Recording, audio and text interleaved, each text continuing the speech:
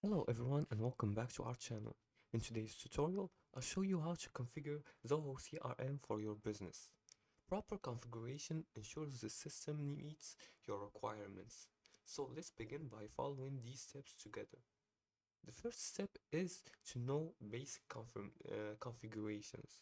Log in to your Zoho CRM accounts by going to your web browser and then going to zohocrm.zoho.com.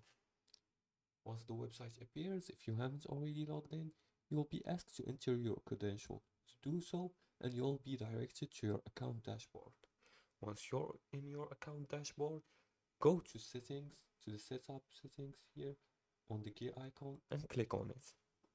Now under the general settings section right here, set your company name, time zone and business hour.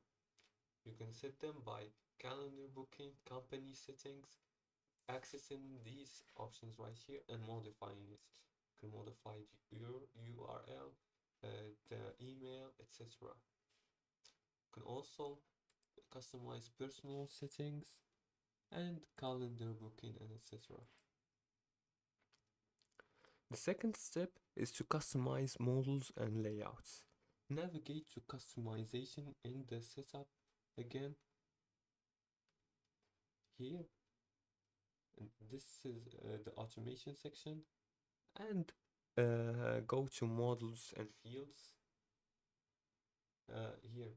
I'm sorry, here, and go to models and fields and arrange models like leads, deals, or contacts and add fields relevant to your workflow. You can create a new model by going here and clicking on new model and entering the information, adding the buttons, etc., the fields, etc. Now, for the third step is to integrate third-party tools.